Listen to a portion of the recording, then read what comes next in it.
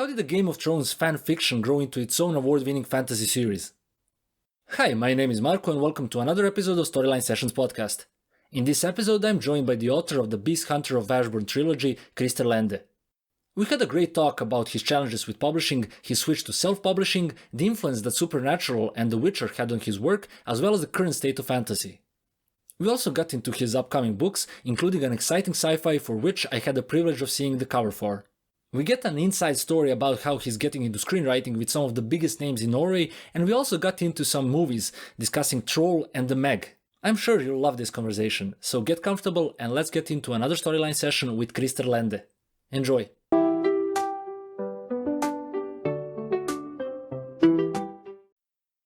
Hi Krister, welcome to Storyline Sessions, how are you? Thank you. I'm very good. I just had a really big dinner, so feeling kind of stuffed, but no, I'm good. Yeah, excited for this to finally be here. Glad we could do this before I went to Barcelona. Same, I'm glad we could connect. And when we're on the subject of travels, let's start from there. You have a story on your website about this event that you went and that kind of kickstarts your publishing and like the whole story about your book. So maybe we can go from there. You said that you were on a conference where you met some people who were interested in it. So it's kind of a long story with how, because I was originally first published by a smaller UK-based publisher. And I've ended up splitting with them. So I'll give you my whole publishing story. This hasn't really been said anymore. I had another author friend of mine who said, I told him the story, and he said that I should write an article on this. But I have been neglecting to do so willfully, simply because, you know, it's not really some people don't come out in a positive light in this. But, you know, maybe it's time to tell the story. I'll keep names out. So I was attending this really cool festival called the Summer of Writing. It's with Jericho Writers. And if you're a writer, you should seriously check out Jericho Writers. It's fantastic. They have helped so many authors get published. Sort of me, but they don't know they did help with that, but they did. So I was watching this lecture because this other year I was actually attending in person in 2019. Then COVID hit, so then it was online, and I wasn't really paying attention as much as I should. But I saw this one session which was an author branding, I think, and you had a really good speaker there. She was very inspirational and really could help a lot of people to rise above the noise, because this market is saturated. For sure. I mean, there are too many books, which is fun, and I think that you rather have for the readers. That's what you want. You sort of want there to be too much. Well, you don't want there to be too much choice. Imagine you went into a boutique and you wanted shampoo, and there were 1,000 different shampoos. Like, you would just get stressed out. But yeah, choice paralysis. Exactly right. There's if there's one, that sucks, because okay, I have no options. But if there's 100. The chance that I'm going to pick the best shampoo is nothing, Anyway, so she was talking about this. And at the end, she just mentions, by the way, I am a co-owner of this British publisher. I was like, really? Whoa. And I went and I started searching. And I found her. I found the publishing site. And I submitted my book, The Beast Hunters. The book wasn't called that by then. I think it was called Willbreaker or something, because I hadn't really landed any names and anything, and that was the worst name. So I learned a lot. They asked for more, which was very fun. You get a full request, is what that's called, where they want to see the whole book. And then I got then they started asking a lot of questions, and I was like, oh my god, they're going to publish me. And I remember I got this email when I was at the gym. And they said, hey, we would like to publish the book. Can you have a meeting? And I was, ecstatic. That was a lot of fun. That was really freaking cool. And I'll skip forward. I signed the deal, and the book was supposed to come out, I don't remember when, sometime in 2021, I think. But it was pushed back and stuff because of COVID and editing stuff. Anyway, so we start working together. And one of the two people that owned this was harder to work with than the other one. But the main issue was that they never really... First meeting we had, they were very positive, which they should be. They got me hyped up. this wasn't like a trick on their side at all. They weren't like trying to trick me or anything. They were genuinely hyped. So like, your book is amazing, it's really good, and we wanna sign you on. I'm like, that's cool. They had this kind of other kind of deal because they're small, so the deal was not traditionally published, but I'm not going to go into that too much. It's just I had to pay some money, but I got more money in return for each sale. Not that I made much money on this deal. Then we started working together, and there was never any positive feedback after that. That was sort of tough to deal with. It felt like just like, you have to do this, you have to do this, now do this, and I didn't feel like I had really any say. Because every time I sort of pushed back on changes they wanted to, it was always like, well, maybe we shouldn't work together. Like, okay, can we talk a little? Can we have a conversation about it and sort of battle our ideas out? No, we don't have time for that. All right. So that was after you were signed, yeah? Like, you were already signed, and they were like, signed. Yeah, and then they sort of, it's as if they relaxed more and could just sort of boss me around. And they always threaten with, we can just break the deal off. And, I wanted this deal. That I think it could be anything. I've signed a contract here. And then so I got this long list of edits they wanted. And I did all that. But they mentioned something very small, like, hey, we would also feel that, because at that time, the Beast Hunters was multiple point of views, right? So you followed the main character, Ara, but you also followed Kendrick, and you had a chapter with Topper, which are the three main characters, right? So it's the young girl and the two experienced Beast Hunters. And they sort of had a thrown-off comment of, yeah, we were discussing maybe if we wanted to be a single point of view, just from Ara's perspective. And I was like, how is that going to be possible? But I didn't do that then, because it was just a suggestions. They had this whole list of things they wanted, and so I worked my ass off on that. I sent it in, and we were sort of approaching publishing date. And what happened, then they sent me back like, hey, we forgot to send you this as a requirement, but we actually do want this to be single point of view. And I was like, are you fucking kidding me? We're like 3 weeks from publication, or 4 weeks. It was close. And I was like, and I started crafting this insane email of all the situations and the stories that would have in the book that would have to change, all of it. Like, and what I was doing, I was highlighting all these problems, writing, and I was like, this is the only way I can see I can fix it. And then I actually started fixing all the problems that would show up if I did it this way. So I would just have to have Ara way more engaged in the story all the time, and I had to change some stuff. And I, as I was complaining in the email, I actually see that, okay, I can actually make this work. But I highlighted some problems, and the solutions I got back on how they would solve it was just so. So you have this one scene. Have you read the book? Yeah, I did. Beast Hunters. Okay, right. So there's this one scene in the book where Ara goes with Kendrick at night, and they end up in the morgue, right? And they talk with this Nadam. He's the mortician, right? Originally in that scene, Ara's not there. Kendrick is going along because she's actually knocked out from the spores she breathed in, right? So her story sort of takes a pause there, how it was. And she's actually asleep, and he goes by himself. And instead, now I just woke her up earlier. She was kind of fuzzy, and then she goes with him. And that's actually a good change. I'm glad I made it that way. But that's me.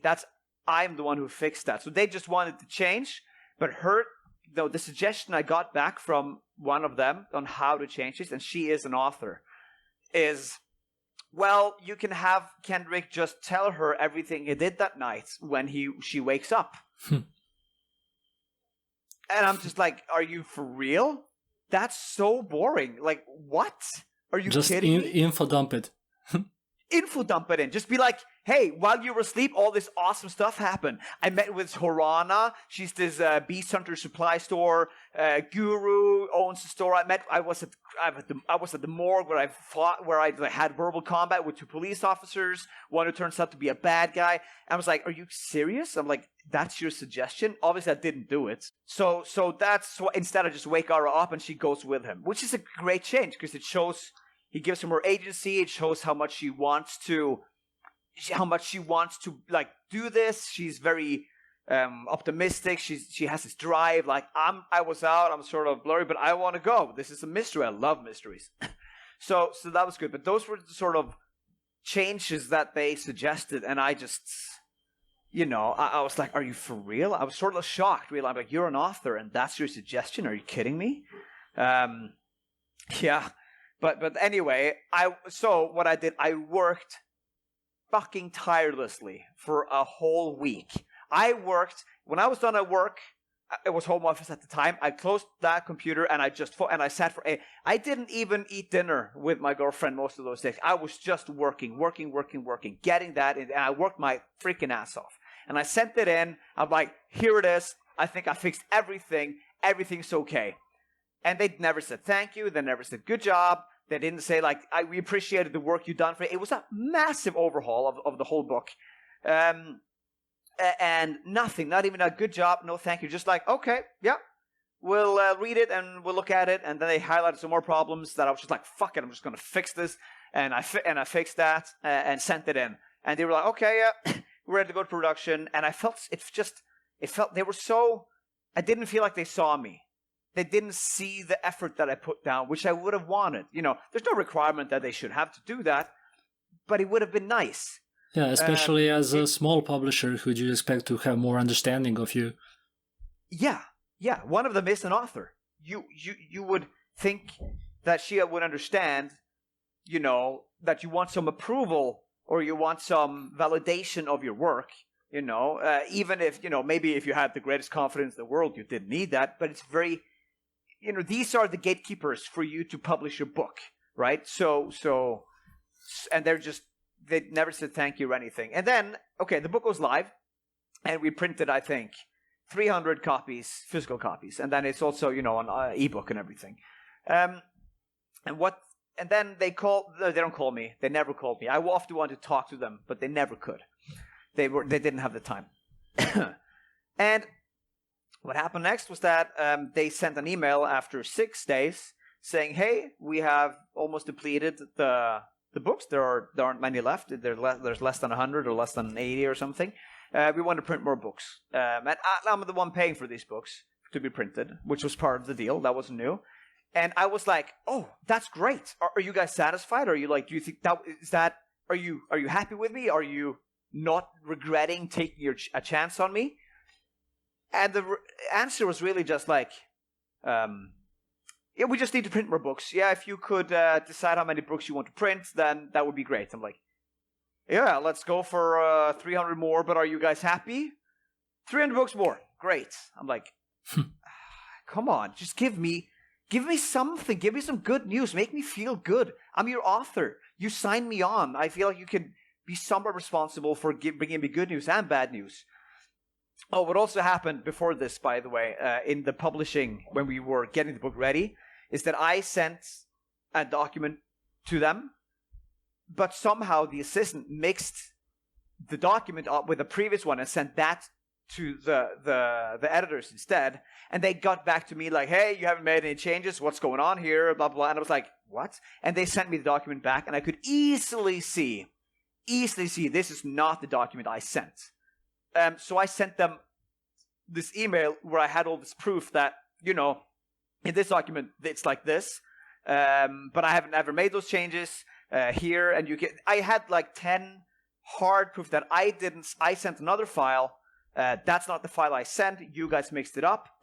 But they were like, no, that's not what happened. You sent us the wrong file. If you could make the changes, that'd be great. I'm like, no, are you reading what I wrote you? I didn't send you the wrong file. You have all the changes already. And they were like, and this was the issue. Like, no, but if you could just make the changes in this document instead. I'm like, you have a document, another one, with all the changes already made. Why do they have to be in this document? I'm like, well, that's what we want. I'm like, but I already did all this. You mixed up the files. And then what I did, I just copied everything from the correct document, deleted everything the other one, pasted it in, sent it back, and said, okay, I made all the changes now. They're like, thank you. And I think, honestly, they couldn't have made a mistake. I think maybe that was the issue. They could, because the mistake was really clear. Like, it was very easy for me to prove without a doubt that I had sent the right document. They had never gotten it. Or they had gotten it, but she had mixed it up, the assistant. And it's not like it's a big deal. I mean, she's a person. That happens. She's a human being. But it's just that I wish they just said, oh, okay, right, then we'll take the other document you sent and we'll work with that. Yeah, of course, but it didn't sound like you were communicating with a person. It's just like you were with a chatbot or something. Exactly. Who are like, no, this is wrong. It's like, no, it isn't. God. Yeah.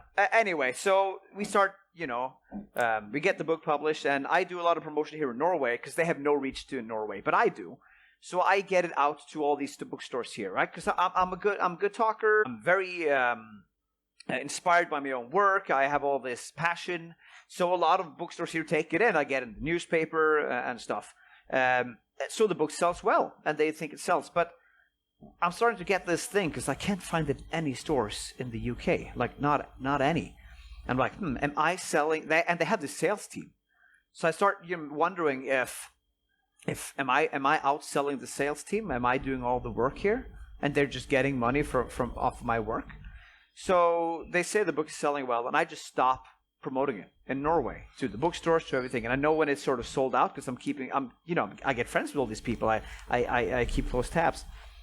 And the books, suddenly they, send me this message or something like, yeah, the sales are sort of stopping. I'm like, okay, I'm the one responsible for the book sales.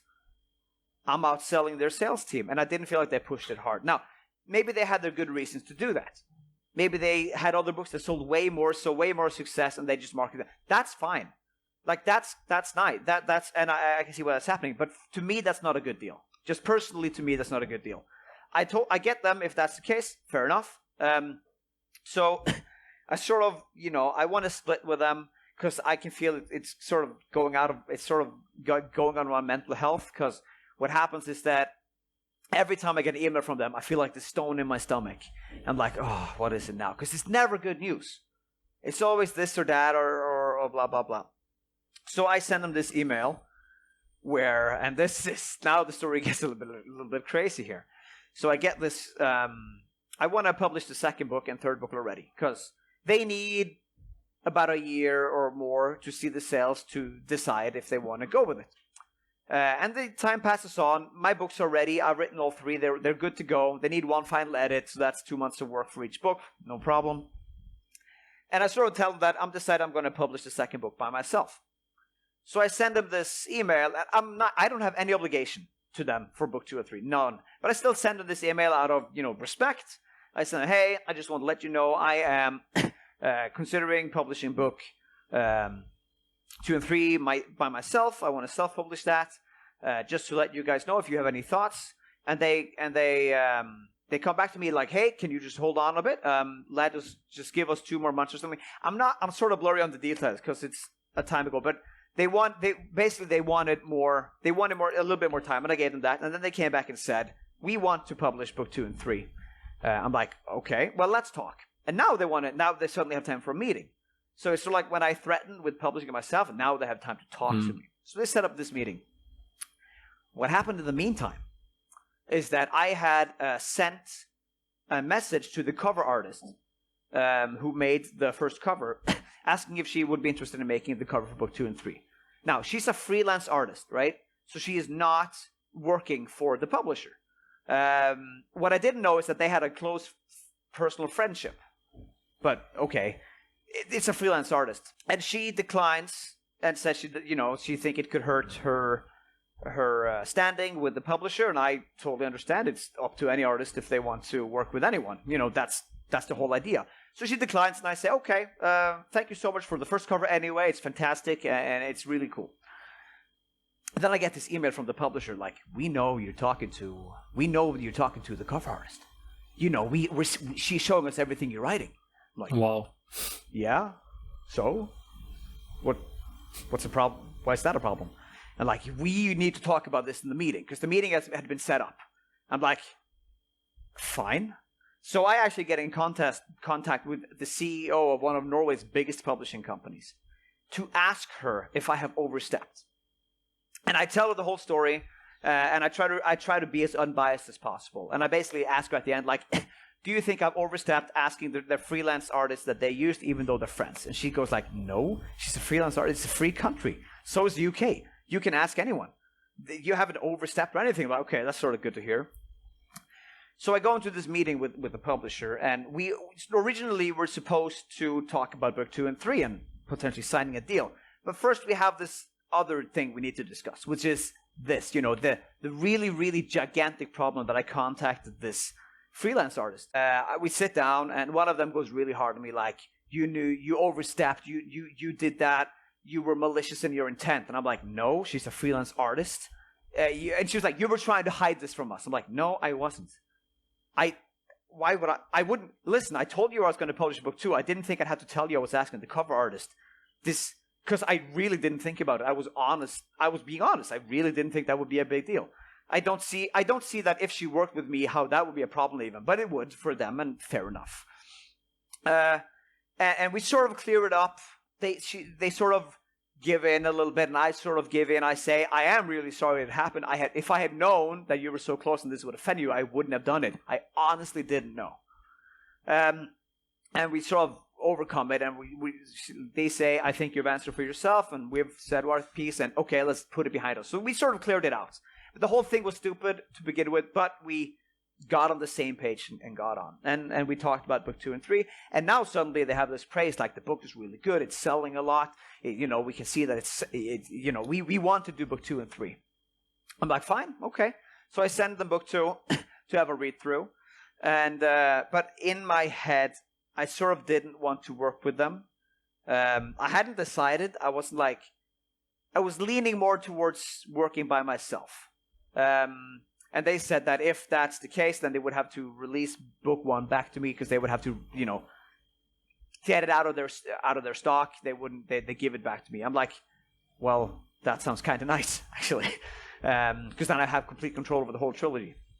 So I gave them the book. They gave me, and they come back with one change that I sort of knew they would demand. It's like they want book 2.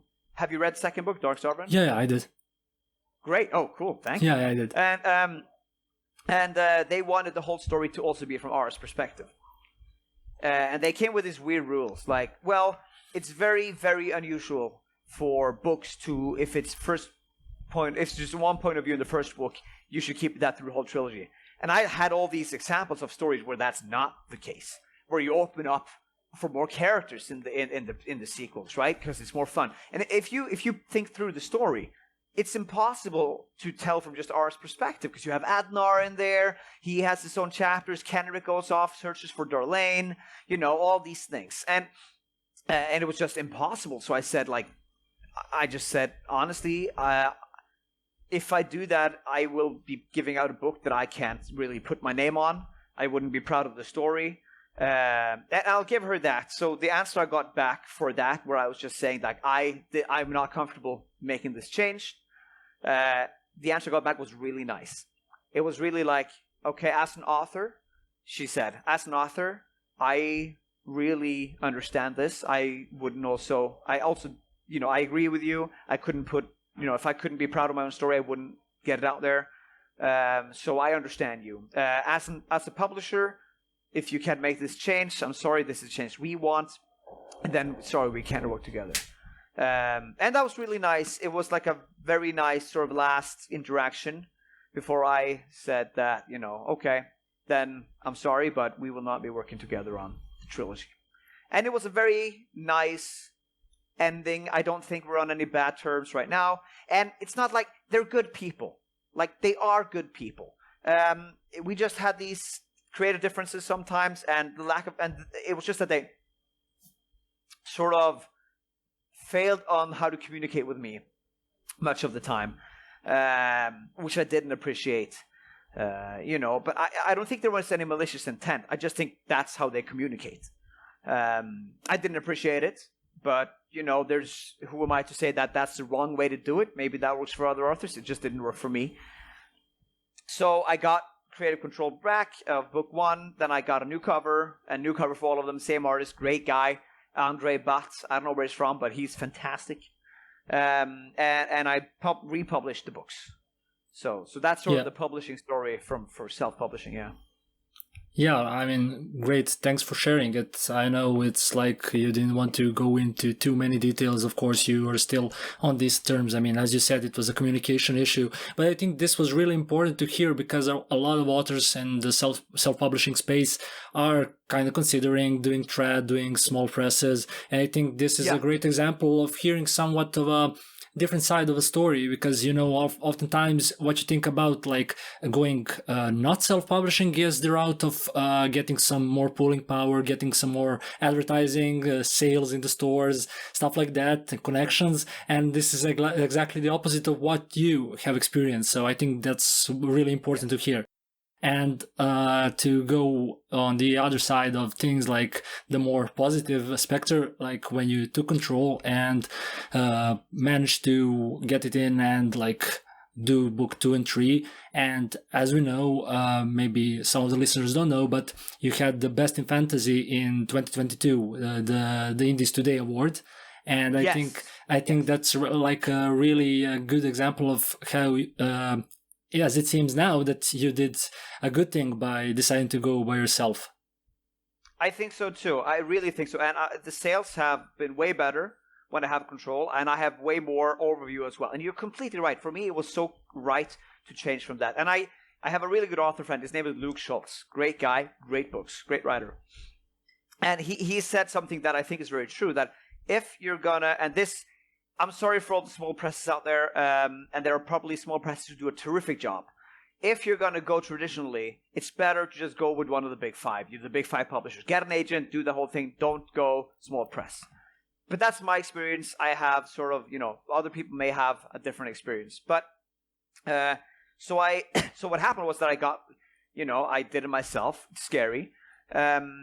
And I've had more sales, not many sales, like I'm not a famous author in any stretch of the imagination yet, but I've had more success still. So because after that, I signed up for this award called the Chimera Awards, which was a new award, and my book was shortlisted, which was like, oh, okay, cool. There were like, I don't know, some 100 books in, and they had 12 books on the shortlist. Mine was one of them. I didn't go further, that's fine. Then I signed up for the Indies Today, and I won Best in Fantasy when it was just my book. I was alone, which was so cool. I started crying out of happiness. I was walking with my dogs and did this dance. I was like dancing, and I couldn't believe what had happened. I get this cool badge and everything, and it was sort of like this, and it's so good. Many authors never get these. I'm so happy I got it this once. This confirmation or affirmation that, hey, someone loved your story. Like, it was the best fantasy that we had this year. And it was just fantastic. And I'll tell you this is new, by the way. I'm in another contest called the Page Turner Awards. I was contacted by them to enter, and it's a lot of books in. Actually, I think last year, Shia LaBeouf won the screenplay award, which is I was like, wow, okay. And I just got an email yesterday that I am on the short list. So they first had the finalist, where they had a lot of books, and then there were, some that was like in the finalist there were 12 other fantasy books, which means there were way more before that. And then they came out the long list, and I was still on it. I was like, are you crazy? And then there were only 3 fantasy books, mine and 2 others. And now they came out with a short list last night, and I'm the only fantasy book left. Which means, I think, it has to mean this, I have won another Best in Fantasy with the Beast Hunters for the Page Turner Awards. So it's just crazy. Yeah, it's just crazy. I can't believe it. I'm so happy. I was going to bed with a big smile on my face. And it's so good. It's so much fun to see the book winning again. Congrats. I mean, and it's especially when you think about it, you got the first one, the Best in Fantasy award we mentioned for the first book. And as you said yourself, you've only improved, and to see it go to basically your debut, that's, I think, even more of an achievement. I think so too, because I love the Beast Hunters, but it is my worst book, because book 2 is better, and book 3 is, Have you read book 3 as well? Yeah, I read the trilogy. Dude, nice. Oh my God, thank you so much. and book 3 is the best book of the trilogy. I think so, at least. What do you think?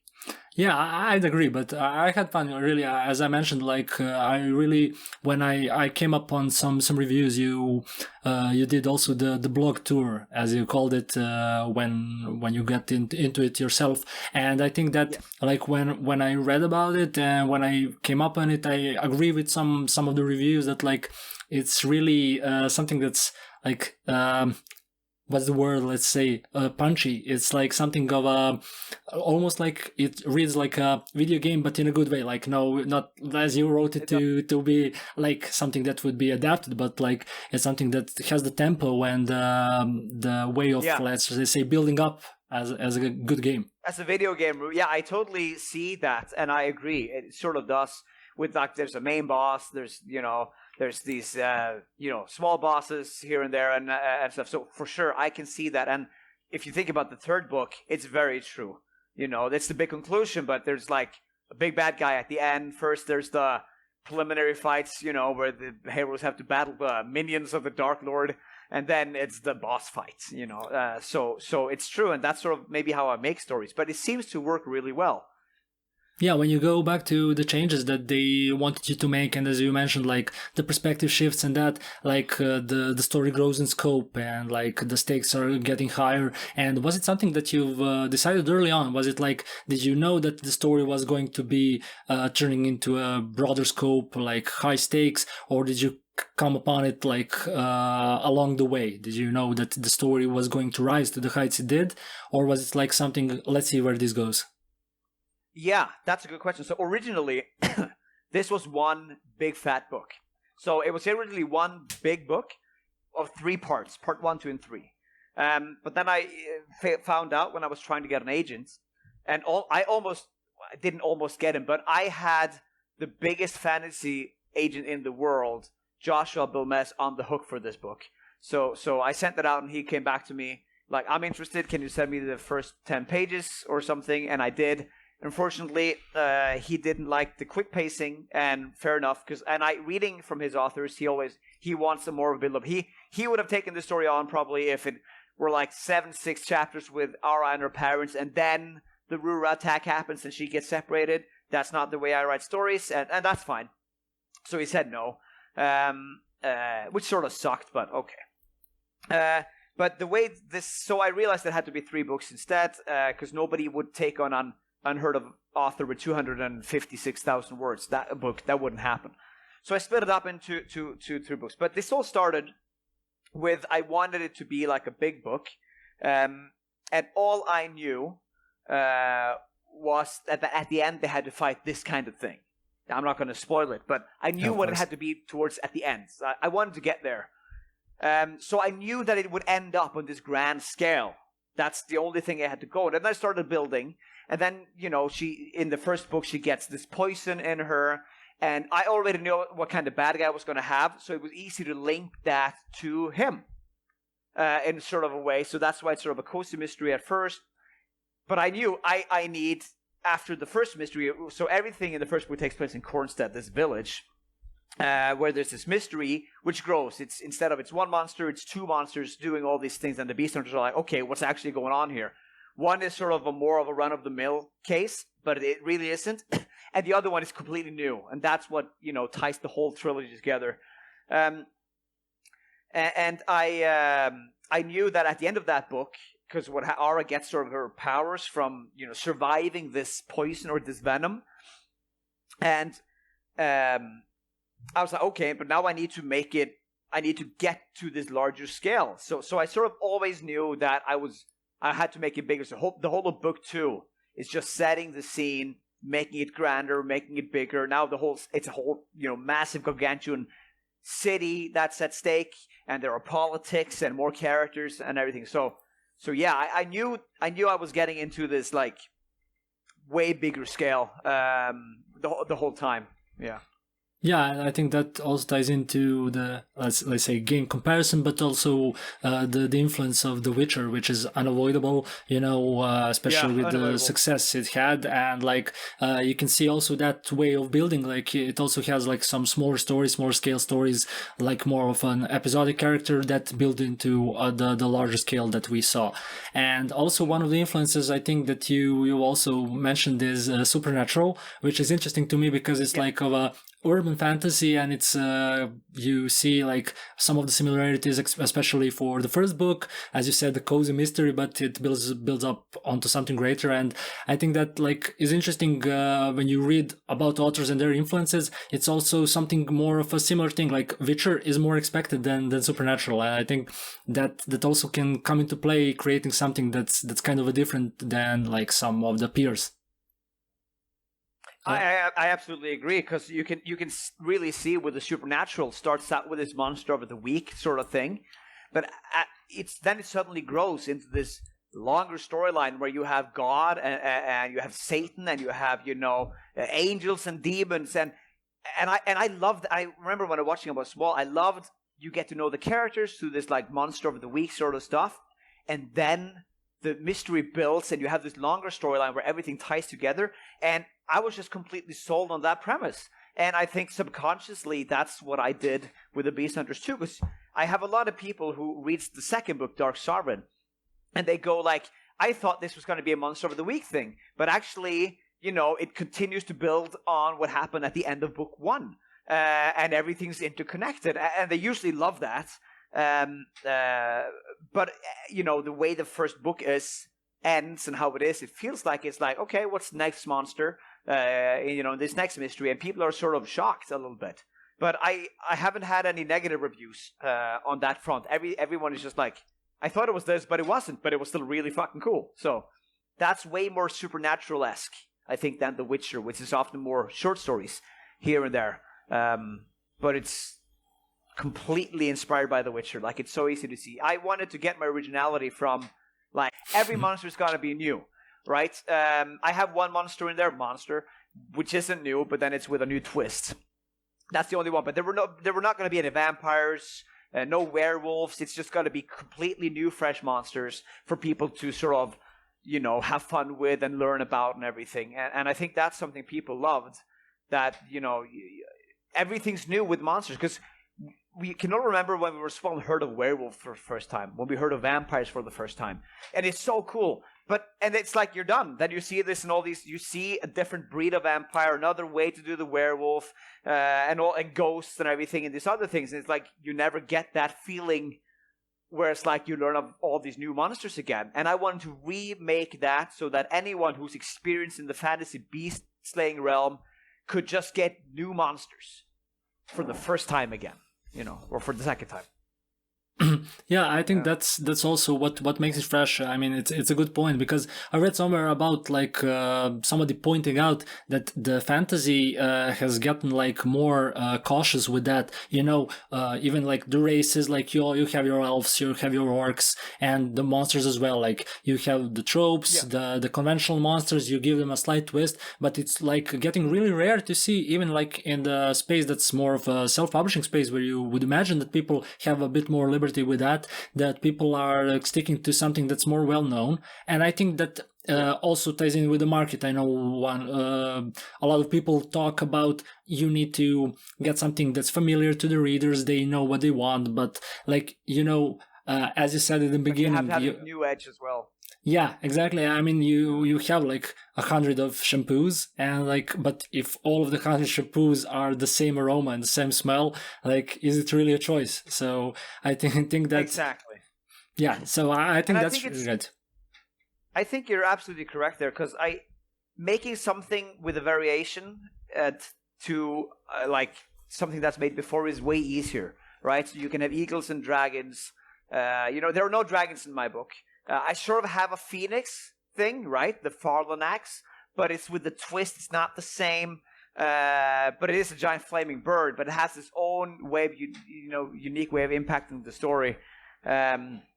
Still, but making something that's entirely new is hard, and people usually don't want to do that. Now there are fantastic indie authors who are really, really being courageous. But there are a lot of people who are also sort of sticking to tropes, sticking to the usual bad guys, like the usual suspects. So I think you're really right. Yeah, I'm with you on that. Like, I'm sort of shocked that not more indie authors are just being more courageous and because you can write anything, right? You can make it as crazy as you want. But I think it happens to a lot of authors simply because it takes more work. And you just want to get to your story, right? You just want to get it done. You just want to start working. And then it's easier to just, what can I take? What kind of monsters do I have? Oh, I have this, and I'll just take that, right? Instead of being like, what kind of new thing can I create? And which takes a lot of brain power. You have to work a lot. And that's what I did with the Beast Hunters. Like, there are so many new concepts in there. Because at the end of the book, you have the bestiary, right? And a friend of mine, he read it, and he was like, Christer, this is really cool. But there's something wrong with you, man. You know, you're fucked up in the head. Because thinking of these insane things, it's just crazy. And it is, and I am crazy. but I need to contain that in the books and sort of be completely new, right? So figuring out how the bad guy works. You know, you could have just made him, and I feel many authors, maybe especially self-published, I don't know, would have made it sort of like, he's big bad guy, if you do enough damage to him, he's dead. But instead I made this intrinsic system of like, he gains power the more that follows him, right? And then I made that there's an election in Ashbourn, and he's disguised as this political figure, and then he wins, and then he, you know, everyone follows him, so he gains a lot more power. And as he gains the power, he gets harder to kill. So there's this whole narrative of like how to get him. It's the whole mystery of the third book, and the second book, which took a lot of time. I remember I had countless walks with my dogs and just thinking like, how the hell is he going to work? Like how it has to be cool, it has to be. And I didn't take that easy route where like, well, they just have to get this thing and that kills him. It's like, okay, but if they have to get the thing, that has to be hard. How will they get that thing? And I really think like I did the work to make it hard and new way of killing him. Now, you still use a sword, fair enough, but it's not just like that. Yeah, but it is, as I said, like, the good kind of, like, video game comparison is that, like, the tempo, the things of that nature, but, like, this side is, like, more of a book type of thing, because, you know, you'd expect, like, to have some gimmick, as you said, they need to get this, and then it's done, like, that's more of a bad video gamey thing that you don't want to have in your story. But as you mentioned, the bestiary, that reminded me that, like, when I read it, I also like that you have a map in front, and that ties in with the theme, and that's also something that's for me often missing in modern fantasy authors, like that. The whole feel of like the world, they do kind of a world building thing. They also, like, a lot of them take too much time explaining the world, but like I like to see like the map, the bestiaries, the like things that small, let's say, like nuggets from the world that make it like fully realized, as some of them like just take it for granted. You know what it is, like you've seen this before. It's like, this is the kingdom, you have this, and like, let's get the show on the road. And it's more of like a D&D feel, where you like get like, this is a campaign, you know the setting, you basically know the classes and stuff like that. Just let's say this is a new story in that setting, let's just change the names and that's it. Yeah, it makes it, I agree, it makes it really feel more like a world. Like a breathing, living world, which lived before you read it and lives after, right? There were these events going on, and I think the bestiary really helps with that, because then you have this entity from the world that you get your eyes to read, and I really agree with some people just do too much world building, and then for me, I'm really. And the reason I'm really glad you said is because I am a story creator way more than I'm a world builder. I usually create just what I need of the world to make the story happen. And it's sort of like a cheating way for me when I have the bestiary in there for you to feel like you're getting more of the world. Because you really are getting more of the world. And people are really connected with that, having the bestiary in the end. And there are beasts in there which are not even close to the story. Like they aren't in the story at all. And I think that's what does it. I think that's the element, because then you feel like there are more things going on. And then there's this mystery, right? Because every entry in the bestiary has been signed. Some by Kendrick, but most by this Alec character. And if you, and then it's like, if you care enough to read the bestiary, you start wondering, who is this guy? Like, who is this? And I think that also makes it subconsciously bigger, the world bigger. Because you feel like there's more you don't know. Of course you get to know in book 3 what's really going on there, and it's a really cool reveal, I think. But I think that helps with making the world feel larger than just something on the page. Yeah, and I like that what you said. I have a similar thought about like the world living on before and after you close the book, and I think that's for all genres. Like I think the best stories I read have that feel like that I just stumbled upon something that's already been in motion and just like, oh, I'm seeing this part of it, and I think that really works. And when we think about inspirations and pulling from all different places, as you're from Norway, and there's like a strong influence of Norse mythology on fantasy and generally on like all kinds of media, how is it like when you see it for other authors who are not from your region, and when you see it in different kinds of media, like people pulling from your mythology and creating stories with different types of feels? Does it like... is it fun for you? Do you like seeing? First of all, I didn't really want to do the Viking thing because I sort of felt like a cheap shot. I'm Norwegian, I'm a Viking, and I'm going to write the Viking thing. And we have this terrific Norwegian author. She's fantastic, who does that already. Also, that's not the idea I had, so then I didn't do that. But I think it's wonderful. I think culture is something to be shared. I think, there's a lot of talk about cultural appropriation. I think that's bullshit. So I think we should share. And what's cool that if you have someone who's just heard a little bit of Viking ancestry and Viking mythology, and then they write it, they're going to make some weird things. They're going to make some weird changes that we would have never thought of because we don't have that perspective. We knew it was like this. And then you can get these really cool mix. Suddenly you have this Viking Asian story, blends the styles together, and you can get this fantastic, story. So I think the less limits you have on these things, I think that's really cool. So when I see authors, I've seen, authors from Australia or whatever, wherever, writing these Viking stories, and you sort of have this thought like, yeah, that can't be very authentic. But that doesn't really matter. It doesn't really matter. It's just my ego being like, I know more than them, so I would never. They're just tagging on. But whatever, like, just shut that voice out. I think, who knows? Maybe they have a PhD in, Norse mythology. I have no idea. So I think we can get really, really cool stories. It's like, I don't think you have to be Asian to write something from Asia. And the chances are pretty big you're going to mess up some things, and maybe you'll be offensive. Who knows? But it's like you sort of have to take that chance if you really want to write that kind of story.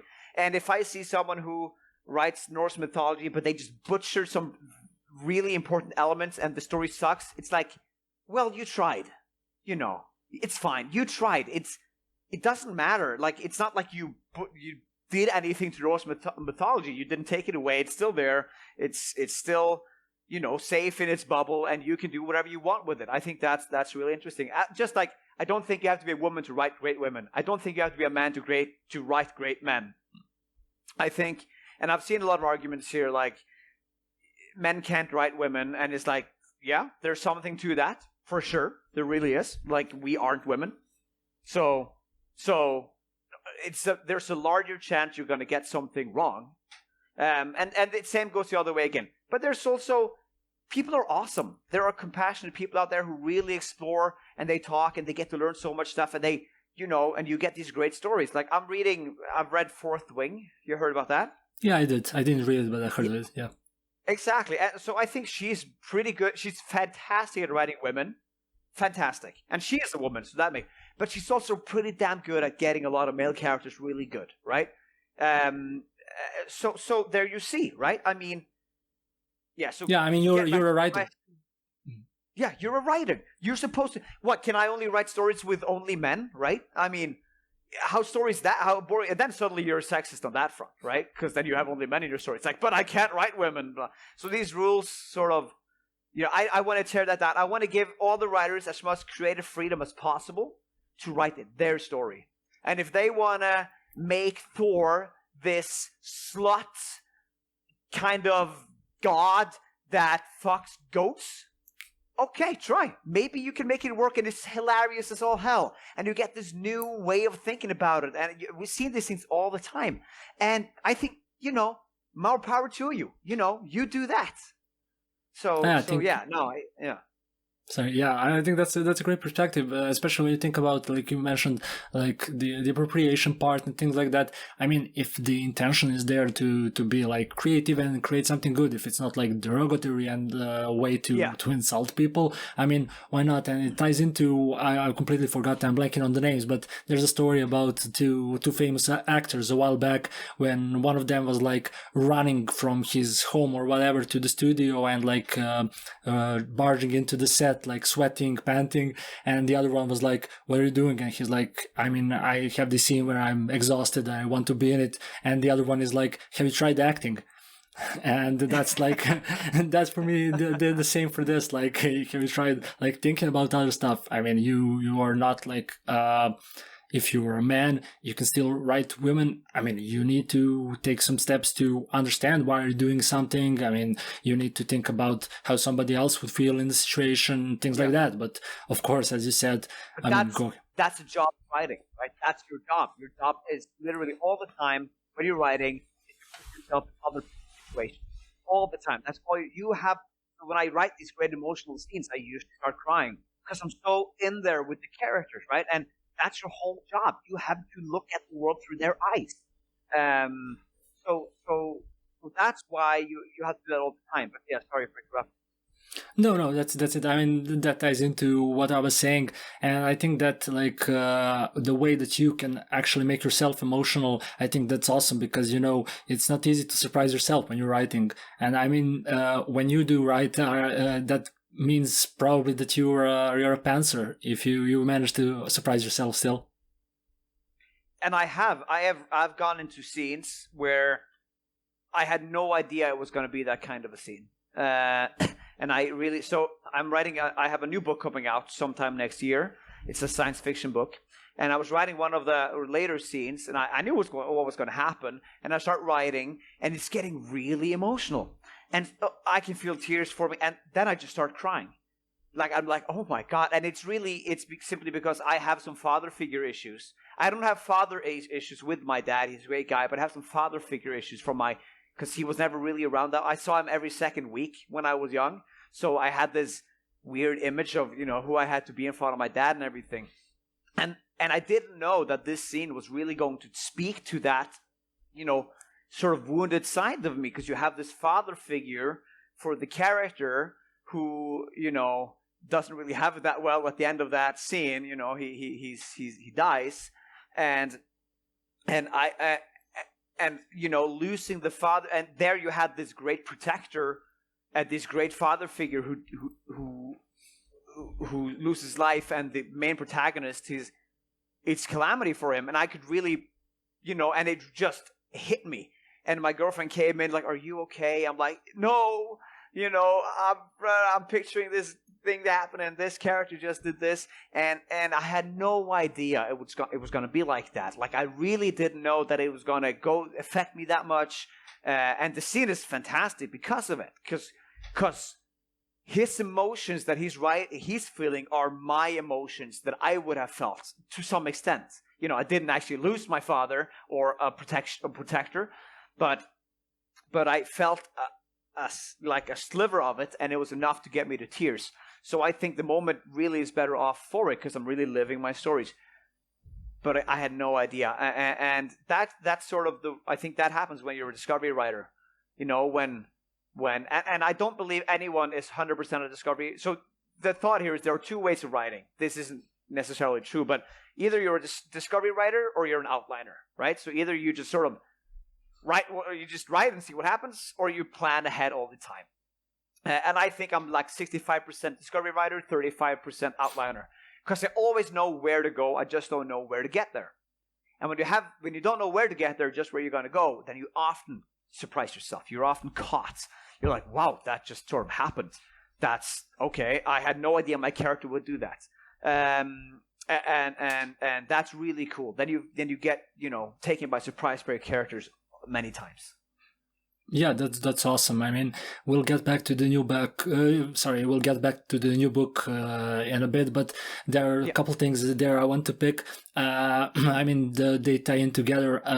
The first one is like you're talking about fatherly figures, and if I'm not mistaken, the first book is one of the dedications at the start is to your grandfather.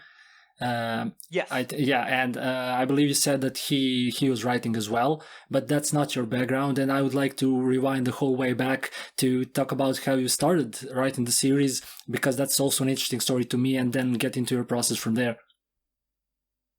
Okay, yeah, that's cool. So, yes, my grandfather sadly died before he knew that I started writing. He was a journalist, so I sort of have writing in my blood. Not really, but so I started writing with. I came back from the military, and I was like, "What am I going to do now?" 3 days before I ended my service, a friend called me and was like, "Hey, do you want to do this preparatory course for engineering?" I'm like, "Yeah, sure, I'll join." So, and another friend joined too. So we were three good pals, and we started doing this preparatory course for engineering. And we were at the library once doing math, and it was when Game of Thrones was still good, the greatest show at the time. And I just said like, "Hey, maybe we should write stories, Game of Thrones-esque stories, or like stories with ourselves and like fuck each other up, because a lot of character." In Game of Thrones don't have it very nice. And we're like, yeah, that'd be funny as hell. Okay, yeah, we'll do it. And I was the only one who went home and actually did it. So I started making this story with, Game of, like, this terrible world. One was royal, one was a slave, blah, blah, and they were all my friends, right? So, and they were at different places in the world. And I really loved it. I really I really planned. And it got pretty good. So my friends would be like, "Hey, when is my chapter next? I want to read more of my story." And they really started like they wanted to read more, and I'm like, "This is getting pretty good. This is they like this." Other friends want to join. Hey, can I have a character in this story? I'm like, "Yeah." I mean, the way I set this up, Game of Thrones has tons of characters, so I just planned it all in, and it got pretty good. But I was really inexperienced. I mean, the story was good. The writing sucked. But that's, you have to play the fool to become the master. So I was the fool for sure. And then I had this one summer before I started my master's, right? So I wrote this story for 3.5 years, and it came up to maybe 86,000 words. So the first Beast Hunters book is 69,000 words, or 59. So it's a bit more than that. Not that much, because I wasn't that serious about it, but I had fun. And then another friend of mine showed me self-publishing. I didn't know it was self-publishing at the time. It's a site called Smashwords where you could publish books. And I was like, wow, okay, I want to do that. I can just publish a book right now and people can read it. Yeah, cool. And I was like, okay, I have a summer vacation. I want to write a whole book, a small book in the summer vacation. And what I did, I was like, I had to hold myself accountable. So I made this Google Sheets sheet, and I would input how many words I had in the document at the start of the day and at the end of the day, and it would, show me how many words are written. I said I have to write 750 words every day. I took that down to 500 after like a month or two when I started school again. But I started doing that, and I didn't know I would be creating the greatest habit ever. Because I taught myself how far you can go by writing 30 minutes every day. So 500 words is equivalent to 30 minutes, give and take. And I would do it every day. And I would be gaming with my friends, and they would go, one more game, and I would go, I have to write. I have to be able to fill this in before I go to bed that I actually did the writing for today. And I taught myself the greatest habit ever. Now I write a little bit, but I write every day. And my friends say, I have the best discipline ever out there, and it's just because of this habit. So I really taught myself that if you want to learn anything, you don't have to do this massive overhaul of your life. If you want to learn programming, if you want to learn, photography, you want to learn dancing, if you do that 30 minutes every day, you're going to become so freaking good after a year or two. So yeah, I started writing this summer vacation, and I quickly realized this is not just a short story. This book is growing. This is a big book. And then, so I just kept writing, and I kept writing for 1.5 years. And then I had, from 500 words every day, I had 254,000 words. which is the 3 books combined at that time. And I was like, wow, oh my God. So that's how I wrote all 3 books, which was 1 book then, but which I split up. Then it was going to be called The Beast Hunter of Ashbourn, which now is the series name. So that's sort of how I started, it started with this Game of Thrones story. Then Beast Hunters really took over. And then I was starting to look for an agent and everything. So then I started writing this science fiction story as well. Because I had to keep writing. I had to write 500 words every day. I loved that. I loved how good I felt every day when I went to bed.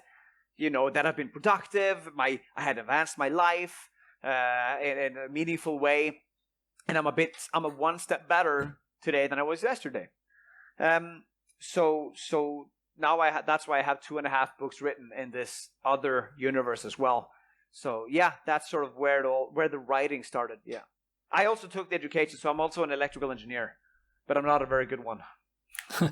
Well, that's really interesting. I think that also, the electrical engineer side of things and writing, that are things that aren't exactly often put together. That background isn't something that's really connected to writing.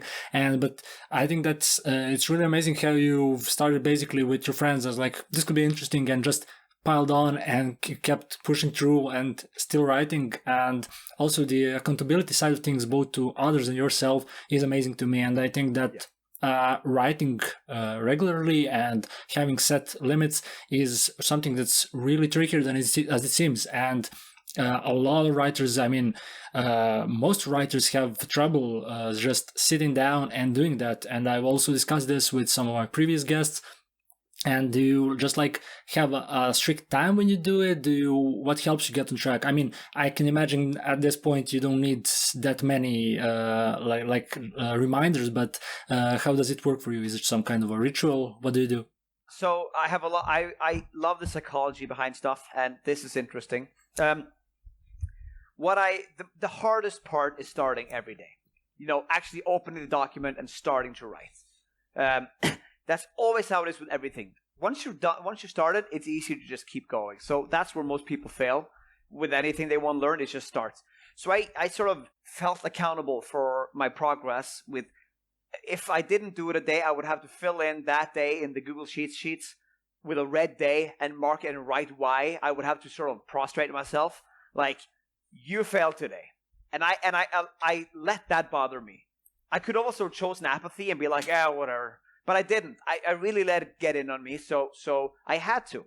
So that meant that I just had to start every day. I just had to do it. And what happened, after maybe a year, my brain just sort of shut off. And then so what I would do, I'm going to write now, guys. Sorry, I'm not going to game anymore. And I would just open the document and get it in front of me. And and then my brain would turn back on again, like, oh, okay, well, now it's open. So I had this sort of mechanism where that's what I did. I just shut my brain off and started, and then had the document. Then I started writing it. Then it was easy. Then it was way easier. And when it comes to I've heard the argument before many times, and it's a good argument. Well, how do you know what you're gonna write? If you have to write every day, don't you ever get writer's block? And I have never had writer's block ever in my life. I have had one time or two where I was I wasn't sure how to solve something. But that isn't really writer's block. That's just I need to think. So, for example, in the heist part of book 2, when they're infiltrating this dinner, a lot of planning had to be done. So then I couldn't write 500 words, but I instead sat thinking, and I was okay. And I tried, and I started writing it out and how to do this, blah blah blah. And the reason I never ever have had a writer's block is simply because I think about my stories all the time. So I'm out walking the dogs, I'm driving the car, I'm cleaning, and then my story is working in my head, in my mind. So I am so far ahead in my head of the stories than I am on paper. So I always know where I'm going when I sit down for the computer. I can always start. And I've talked to other authors, and many of them say they don't really think about their stories that much. They only think about them when they sit down in front of the computer and the document opens. And fair enough, that might work too.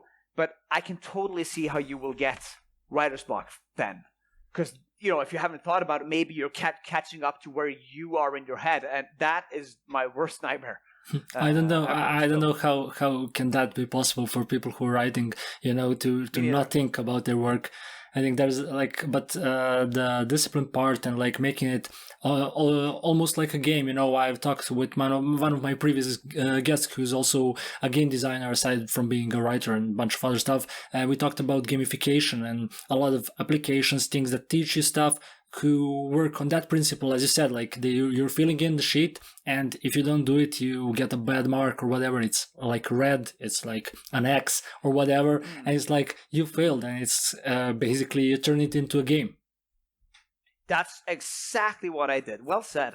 Yeah, I really turned it into this marker of approval to myself, and I allowed it to matter in my life. Like I was never like, oh yeah, I'm just going to stop caring about it.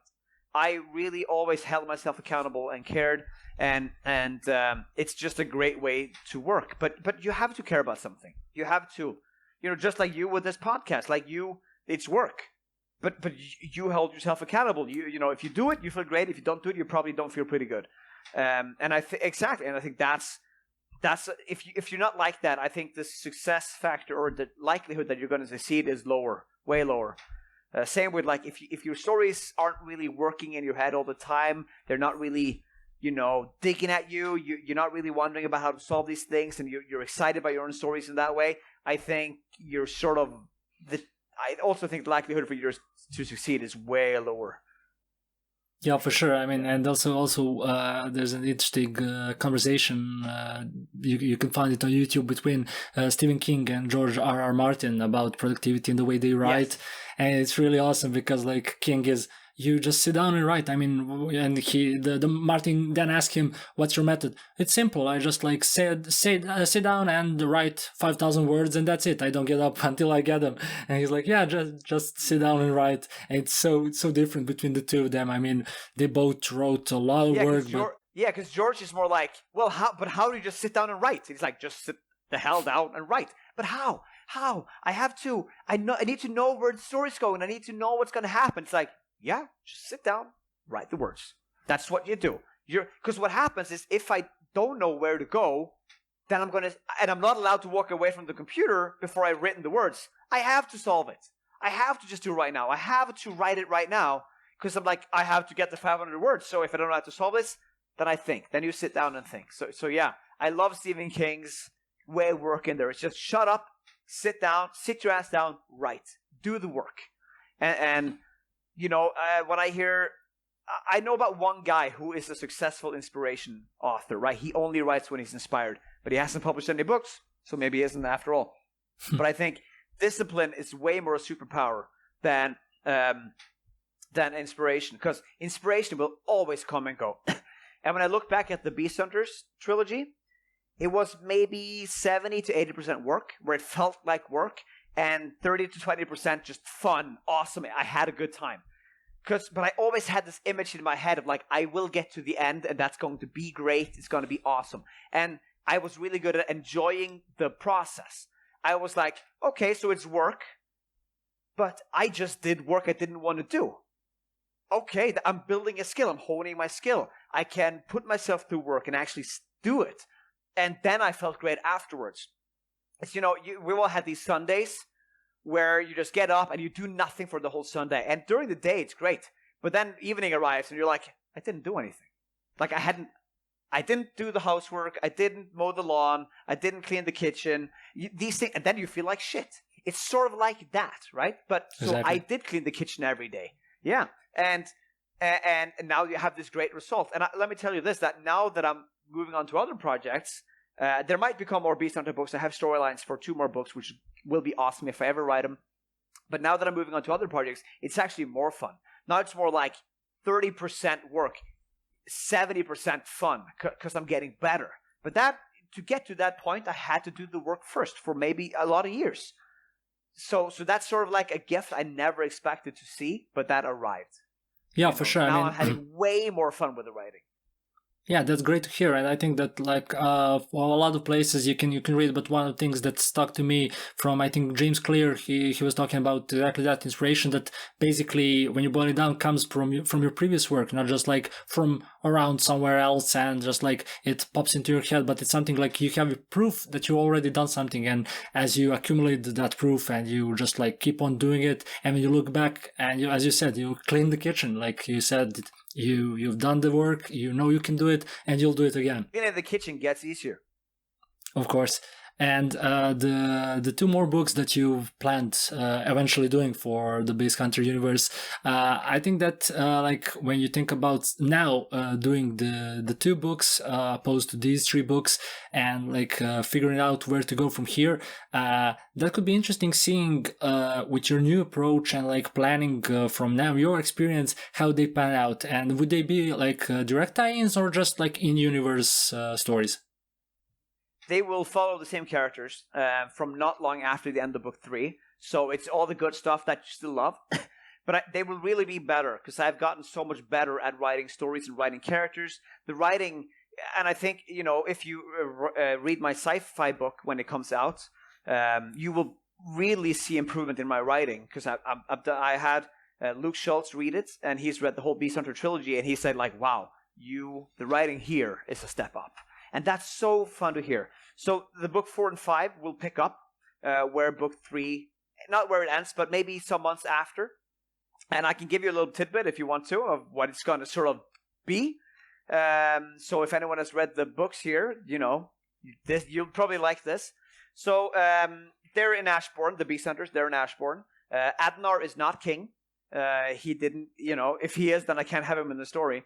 And what's going to happen is that Adnar is practicing his new powers because he's an Ashenborn now, and he's really active about it. Him and Ara are really in love.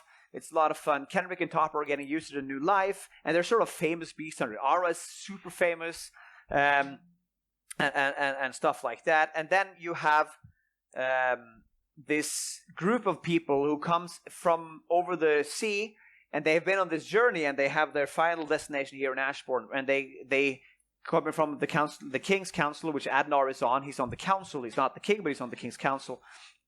And he says, and they're like, "Hey, we have this plague spreading on our continent. This very magical plague. We don't know how to deal with it. We are on your continent to gather beast hunters. We know there are fantastic beast hunters here. The stories have spread. Maybe the best are here. We would like to have Kendrick, Ara, and Topper join us if they would like to. That would be great. And it's from what in this, the emissary from this other land. He's the king's brother from this city that is called Sun's Reach. And the beast hunters sort of think about it, but what happens is that they sort of end on a no, which isn't very heroic. Fair enough. And just as they sort of land with their final answer of we're not gonna go, this sounds dangerous, we have it good here, we're not gonna embark on this journey, Topper suddenly gets this look on him, like, which is, oh my god, he just pales, and he says, someone has my heart. Because if you don't know, Topper's real heart is buried somewhere else. That's how he's alive forever. And as he says that, as if fate was there, something lands from head and splats his head and kills him. And they're like, what just happened? And they're like, oh my god, we gotta find him. Someone has his heart. What's going on? And Topper wakes up tied to this, in a new body, tied to this carriage with a lot of other corpses around him too. And then he beating heart in the same chest that he hides it in. And he's like, what is going on? And the person leading the carriage is the right hand of fate, which, the epilogue ends with this guy. He's driving the carriage. He goes, yeah, I told Ara to heed fate's call, but you didn't. So now he had to take actions into his own hand, and he can't really interfere that much, but he does this. And then he makes these obvious clues for Kenrick and Ara and Adnar to find Topper, right? So they ride out and they try to find which village his heart is at, and they find it easily, like a bit too easy, and they ride hard to follow the trail. But they get to this port, but the boat that Topper is on just left. They can see it on the horizon. And they're like, oh, God. But then they meet up with the group of emissaries from Sun's Reach and the other beast hunters that they have collected. And they say, you can ride with us. And they're like, we have to. And then they go over the ocean called by, they have to save Topper from this, whatever's going to happen. And that's how they get entangled with this whole mystery that's going on. It's going to be called the Odren, Odren, which is the name of who is spreading or what is spreading this curse, really. And I haven't told you anything about that. This is just how the story starts, how it kicks off. What do you think? I mean, it's a great trailer. I hope I think it sounds awesome. It's really like a great hook. I mean, it sounds like almost like when you're starting like a good D&D campaign and you have like an amazing hook for that. So I think that if I'll mark for spoilers for people who didn't finish the first trilogy, but I think that for people who have, I think that's like spot on, something we would want to hear or see. So I think that I can imagine it panning out. So hopefully we'll see it sooner rather than later. I hope so too. And this story is going to be wild. Like, this is going to be absolute. I think this duology of the fourth and fifth book, I think it's going to be better than the trilogy. I honestly believe that. I'm not just saying that. I really do think so. This story sort of is like, what if, in the Pirates of the Caribbean, you have the Kraken, and the Kraken has to have a master, and it has a master in both those Pirates of the Caribbean movies. Mm-hmm. This is more like, well, now it has no master. Its master is dead. What happens then? That's sort of what's happening here. And then this plague spreads because the master is gone. And how to become the master of this insane entity, it's going to be very hard and tough. And that's what's spreading. So, yeah, thank you. I really think when I get to writing this, it's going to be massive. Like, this story is... the ending is going to blow... I know the ending already. So just like with the first trilogy, I know how it's going to end. And when I think about it, I get shivers, right? So I'm really so passionate about how this is going to go. Yeah. That sounds great. I mean, and as we spoke a bit earlier about you making yourself emotional, and now hearing you talk about the new book and the new ending and being excited, for me that's awesome because if you're getting excited, we can see that it's something that's really exciting to you and that you care about it. And I think that's often lacking, and you can read it when somebody like creates something that's market ready and something that's like, oh, this will go good because it's the trend now. It's like, this is the grimdark, this is the cozy fantasy, and this works, opposed to I'm excited for this, like I'm having fun with this, and that really shows. I think that creates success. Thank you, Marco. I really appreciate that. Yeah, sorry. No, it's okay. And that really sounds great. I mean, one of the things that like I find inspiring is that like you and people caring about their stories, and like when you think about like the most successful stories and the people who tried to replicate that but didn't succeed as well, and they maybe sold some copies, sold some tickets for the movie, games, whatever, but like you can see the difference. And I think that's one of the main differences, aside from the craft and the way that you do it, is like you're not feeling the story, and like the original author did. 100%. I will never be an author who writes to the market or writes for the market. Like, oh, now Grimdark is in, so I'm going to write that.